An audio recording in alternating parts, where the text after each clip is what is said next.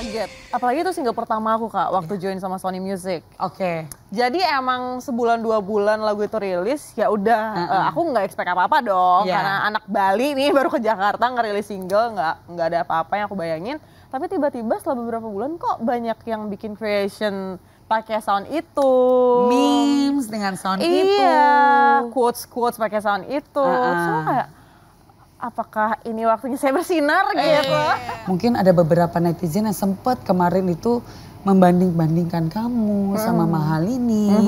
Mungkin ada yang lebih merendahkan kamu dari Mahalini, sorry to say begitu ya. Karena kan nggak bisa kita pungkiri netizen ada yang plus, ada yang minus, ada yang pro, ada yang kontra. Bagaimana kamu menghadapi yang kontra? Ya kenalnya di seputaran musik aja sih Kak. Karena kan sama-sama musisi. Terus Kenalnya Jakarta? di Jakarta. Oke. Ya udah gitu aja sih. Ih, terlalu tipis nih, nanti aku tarik orangnya ke dalam loh. Secara agama apakah seiman atau tidak? Nah, Tidak ya. oke. Nah, sekarang kita ngomongin tentang lagu zaman dulu. Ya kan? Ya. Yang tentang ghosting itu. Aduh nggak zaman nih ya ghosting. Aku mau nanya dong, apakah emang kamu ada pengalaman di ghosting sebelumnya? Oh iya pasti beberapa kali pernah di ghosting dong. Jadi itu based on the music that you write that time? Iya, sebenarnya itu yang nulis sama kayak Datang Tepat Waktu, Mas Prakas. Dan kebetulan pada saat itu lagi galau juga, biasa kan galau deket sama cowok. Karena kan kita perempuan bisa merasakan ya laki-laki yang mau ngedeketin sama laki-laki yang cuman emang temenan aja beda. Setuju. Kan. Terus kalau udah ngedeketin tiba-tiba dia hilang tuh, iya kenapa? Ngapain? Salah apa sih aku gitu kan? Jadi bertanya-tanya. Jadinya udah bertanya-tanya dan wanita tuh sering sekali jadinya doubting herself. Iya. Am I good enough? Benar. Apakah saya wanita yang lebih baik? Apakah saya cukup untuk dia? Apakah saya sudah perfect? Begitu ya. Iya. Itu tuh yang nggak boleh wanita. Harus stop. Stop. Maybe you are super enough, mereka yang gak enough for you. Iya Setuju nggak? benar, Tos setuju dulu kita. banget. Mereka Jadi yang salah lagu itu sampai digunakan di media sosial TikTok sampai 2 juta lebih. Perasaan kamu seperti apa sih? Kaget gak sih? Kaget. Apalagi itu single pertama aku Kak, waktu join sama Sony Music. Oke. Jadi emang sebulan 2 bulan lagu itu rilis, ya udah aku nggak expect apa-apa dong. Yeah. Karena anak Bali nih baru ke Jakarta ngerilis single, nggak ada apa-apa yang aku bayangin. Tapi tiba-tiba setelah beberapa bulan kok banyak yang bikin creation pakai sound itu. Memes dengan sound itu. Iya, quotes-quotes pakai sound itu. Terus aku kayak, apakah ini waktunya saya bersinar gitu? It's my time to shine, baby. Gitu ya. Jadi langsung seneng banget, langsung bersyukur banget, langsung berterima kasih banget lah sama fanbase aku namanya Mayteam. Oke. Karena mereka sih juga, mereka kan yang rajin ngedengerin, rajin nge-stream lagu-lagu aku. Nah kalau misalnya ngomongin soal ini Mayteam ya, fans dan lain sebagainya, kamu ini adalah tipe orang yang cukup aktif gak sih untuk tektokan sama mereka begitu? Apakah kalian bergabung di grup chat yang sama dan lain sebagainya begitu? Apakah ada rutinitas ketemuan sama fans-fansnya Mei? Aku lumayan aktif sih ngobrol-ngobrol sama mereka. Bahkan mereka ada yang sampai curhat sama aku gitu-gitu kan. Lumayan buat jadi inspirasi lagu. Terus aku juga masuk grup chat sama mereka sih. Mereka tuh kayaknya Personal? ada 2. Ada 2 grup, yang satunya ada aku, satunya lagi enggak gitu. Aku masuk salah satunya. Jadi di situ sering ngobrol, sering bagi-bagi jadwal manggung, sering ya pokoknya nanya-nanya kabar gitu-gitu lah. Terus kalau aku manggung juga mereka sering datang nyempetin gitu. Jadi kamu ngerasa sangat dihargain lah ya. Iya. Ada keluarga besar di luar sana yang selalu support kamu ya. Iya benar. Ada gak sih maksudnya momen-momen dimana kamu dihadapkan di posisi kayak, duh aku berterima kasih banget ya sama fan aku gitu. Ada gak sih yang mau kamu sampaikan ke fans kamu mungkin saat ini yang mungkin menyaksikan Mei, yang mengikuti perjalanan Mei dari 0 sampai dengan sekarang, ada gak sih yang kamu mau sampein ke dia? Mungkin selama ini kalau yang aku baca DM-DM dari kalian itu kebanyakan kalian yang berterima kasih sama aku atas lagu-lagu aku, karya-karya aku karena udah menemani kalian.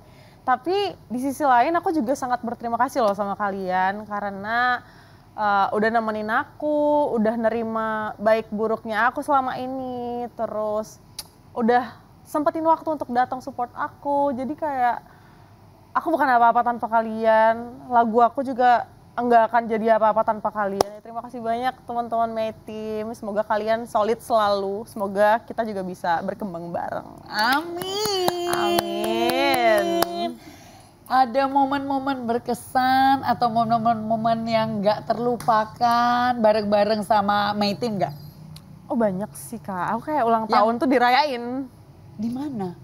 Jadi di Jakarta waktu itu pas lagi listening session single ini aku dirayain late birthday party gitu. Terus kemarin di Makassar juga aku dikasih surprise ke hotel. Sama fans-fans yang ada di Makassar, Makassar. My Team yang di Makassar. Iya, aku habis manggung terus ke hotel tiba-tiba di lobby udah rame banget mereka. Oh my god, so Sweet sweet banget. Ya. Jadi Iya. support system yang very solid ya. Iya, terus fun fact mama aku ulang tahunnya sehari setelah aku kan. Mama aku juga dirayain sama mereka di hari itu. Ini baik banget. Oh, you guys like a big family. Iya, itu bener-bener kayak gitu. berarti kadang-kadang walaupun dunia zaman sekarang ya, apalagi kalau dunia digital dan lain sebagainya, banyak fans yang mungkin pro, tapi banyak fans juga yang kontra. Iya. Nah, bagaimana May menghadapi fans-fans yang kontra?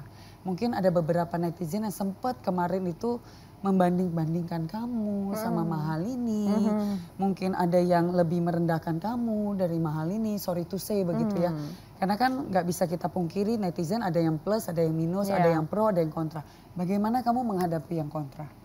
Sebenarnya menghadapi komen-komen seperti itu aku udah lumayan terbiasa karena dari ikut The Voice Kids season 3 masih kecil umurnya 15 tahun itu bahkan udah ada yang ngasih hate speech ke aku. Jadi udah semakin terbiasa, aku emang suka kepo juga sama komen-komen jelek itu. Jadi aku bacain kadang walaupun bikin mental rada down, tapi kayak pasti ada nilai plusnya lah dari hate speech itu.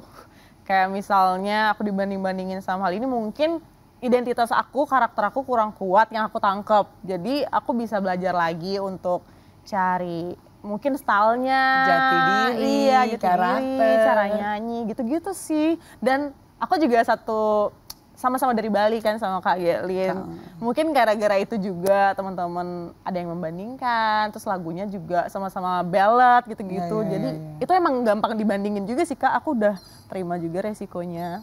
Tapi kalau dari pihak Kak Mahalini sendiri pernah ada respon gak sih mengenai hal ini? Oh enggak, kita kalau ketemu ngobrolin yang tentang kerjaan gitu-gitu aja. Jadi nggak ada hal terasa kayak ini mengganggu dan lain sebagainya gitu. Sebenarnya mungkin kalau nyampe dia pasti bakal mengganggu karena itu di awal-awal ya biasa aja tapi lama-kelamaan lumayan mengganggu juga buat aku. Terus-terusan kan? Iya, mungkin kalau dia baca juga lama-kelamaan terganggu. Jadi kalau bisa stop teman-teman, tapi nggak apa-apa sih itu jadi bahan belajar aja. Ya ini kita coba lihat ya, ini di sini ada artikel. Miska ngaku sakit hati disebut duplikatnya Mahalini. Jadi sempat bercurhat juga. Mungkin enggak sakit hati sih. Kadang-kadang pendatang baru di dunia entertainment kadang-kadang kita juga harus mencari, aduh kita bagusnya kemana ya, alurnya kemana. Karena kadang-kadang jalan di depan kita itu enggak semulus yang orang kira. Kadang-kadang tuh masih ketutup pasir. Jadi kita tuh harus sapu dulu di mana pathnya ya, baru bisa nyampe ke sana begitu ya. Itu dia. Tapi aku gak sakit hati ya teman-teman. Enggak ya, jadi itu cuma clickbait doang. Iya, biasa aja hello. Hey, editor, hey ya, jadi gak sakit hati. Malah kalau misalnya tadi jawabannya dari May itu adalah sebuah pembelajaran buat May mencari sesuatu yang lebih baik lagi. Iya, betul. Itu dia. Jadi kalau misalnya ngomongin tadi kita ngelihat netizen-netizen beberapa yang istilahnya kata-katanya membuli lah kemiripannya May dengan Mahalini. Selain itu ada bulian apa lagi sih yang pernah kamu dengar dari komentar-komentar netizen? Ya paling style gitu-gitu. Kalau nyanyi enggak sih. Karena mungkin bagus ya nyanyinya. Sombong. Confident number one. Bercanda. Bercanda masih belajar. Ya paling style gitu-gitu. Cara nyanyi. Maksudnya cara di panggung kayak gimana.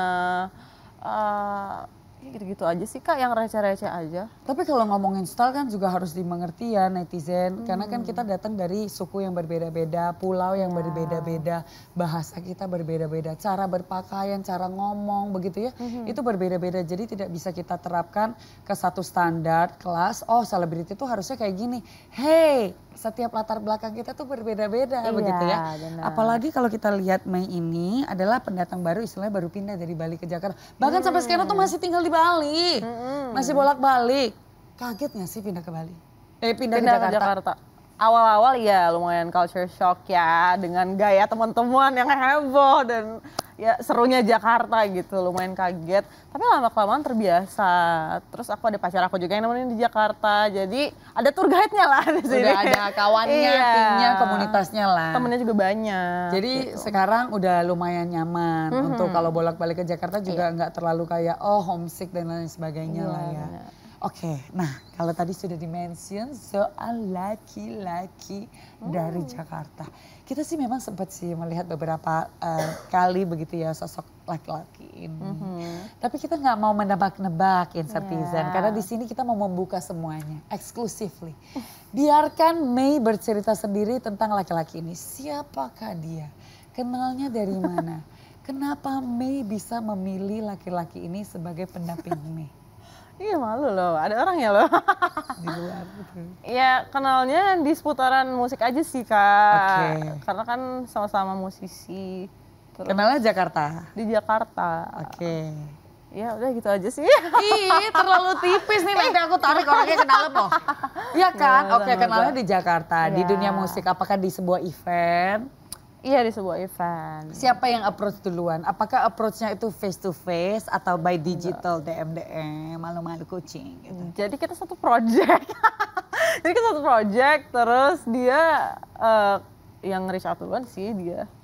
Oh jadi kamu yang nge-reach dia duluan. Maaf ya pemirsa, maaf ya Insertizen. Ngelihatnya ke sana karena orangnya ada di sana, ya kan. Oke jadi sama-sama connect, chemistry-nya nyambung. Sekarang udah berjalan berapa lama? 1,5 tahun lebih mungkin ya. Selama Kayaknya, 1,5 iya. tahun lebih, kalian berdua saling support di dunia Musik. industri musik. Iya. Jadi semuanya berjalan dengan lancar. Keluarga sempat ketemu nggak sih? Kenal nggak? Kenal. Dia sempat ke Bali juga, aku juga kenal sama keluarganya. Bisa skip nggak? Bisa skip nggak? Keringetan loh saya. Jangan dong, ini aslinya kenceng loh di studio ini. Apakah laki-laki, kita nggak usah sebut nama ya kan, biar lebih misterius. Apakah laki-laki ini termasuk dari kriteria seorang Mei? Dalam mencari seorang partner? Sifatnya ya, iya. Apa tuh? Dewasa, baik, sopan sama orang tua itu sih. Sopan sama orang tua tuh penting banget menurut aku. Menurut aku iya nggak? Iya, Iya kan? Karena kan dia menghargai kita datang dari mana ya. Iya bener, apalagi aku dari Bali. Beda kan ya. sama dia. Jadi itu yang aku butuhin sih. Orangnya aslinya dari mana sih? Jakarta.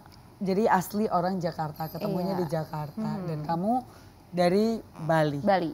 Aku boleh bertanya lebih detail lagi? Apa tuh? Secara agama apakah seiman atau tidak? Nah, tidak ya. oke. Karena kan sebenarnya banyak sekali polemik di Indonesia ya. Iya. Kalau misalnya beberapa dari kita berpasangan mungkin yang beda agama agak sedikit dipermasalahkan oleh netizen bahkan. Iya. Ada nggak sih kepikiran kayak aduh mungkin nanti gimana jalannya kemana, udah sempet diobrolin nggak? Karena kan 1,5 tahun pacaran lumayan oke lah ya, karena kan zaman sekarang tuh pacaran kayaknya 6 bulan udah nikah. Kayak gitu ya. Oh gitu ya? Nggak tahu ya Kak, saya masih kecil. Aku tuh masih 22 tahun Kak. Aku bahkan belum wisuda. Oke. Sebentar lagi wisuda. Jadi ya belum kepikiran sejauh itu sih. Oke. Cuman Serius, emang- serius. Serius. Kalau pacaran aku selalu serius. Aku Oke. juga lumayan setia orangnya. Terus yang bikin aku rada kepikiran adalah kadang emang ada komen-komen semeton tuh orang-orang di Bali yang komen, Kak ingat ya jodohnya dari Bali, ingat ya Kak cari yang seagama, jangan pindah agama ya Kak, kayak gitu-gitu. Ya nggak apa-apa, itu emang sepatutnya mereka mengingatkan sih, cuman ya itu kita nggak tahu, kita lihat ke depannya aja. Karena kan jodoh masih di tangan Tuhan. Iya. Kita hanya bisa berencana, sisanya semua keputusan dari yang atas begitu ya. Pokoknya kita doakan aja selagi hubungan Mei dan sang lelaki misterius ini berjalan dengan baik-baik saja, saling support, bahagia. Dan keduanya saling support menjadi orang yang lebih baik keesokan harinya. Setuju nggak? Setuju. Oke. Deep questionnya yang sulit-sulit sudah boleh dilepaskan. Relief dulu, Mei. Relief. Makasih loh, Kak. Oke. Yang situ jadi telan ludah kan. Langsung minum loh. Ya kan? Sekarang saatnya kita masuk main game. Oke. Silakan dibuka salah satu, ditunjukkan ke kamera. Apa itu pertanyaannya? Ini, kenapa kamu sampai ngeblok orang? Apakah kamu pernah blok kontak orang dan kenapa? Ada lagi, Kak. Ada lagi banyak kok, lebih dari 10 kok. Iya. Oh, kayaknya enggak lebih dari 10. Oke. Cuman kayak ada orang-orang yang lumayan mengganggu, kadang message-nya tuh kadang broadcast. Spamming. Iya, nge-spam kayak gitu-gitu. Terus ada juga yang dulunya minjem duit. Oke, Pinjem ngerti duit, banget itu. Dipinjemin berkali-kali dipinjemin. Tapi kalau lama-kelamaan rada ngelunjak. Capek ya. Iya, jadi kayak nggak mau effort gitu dia. Betul. Iya, jadi saya blok lah.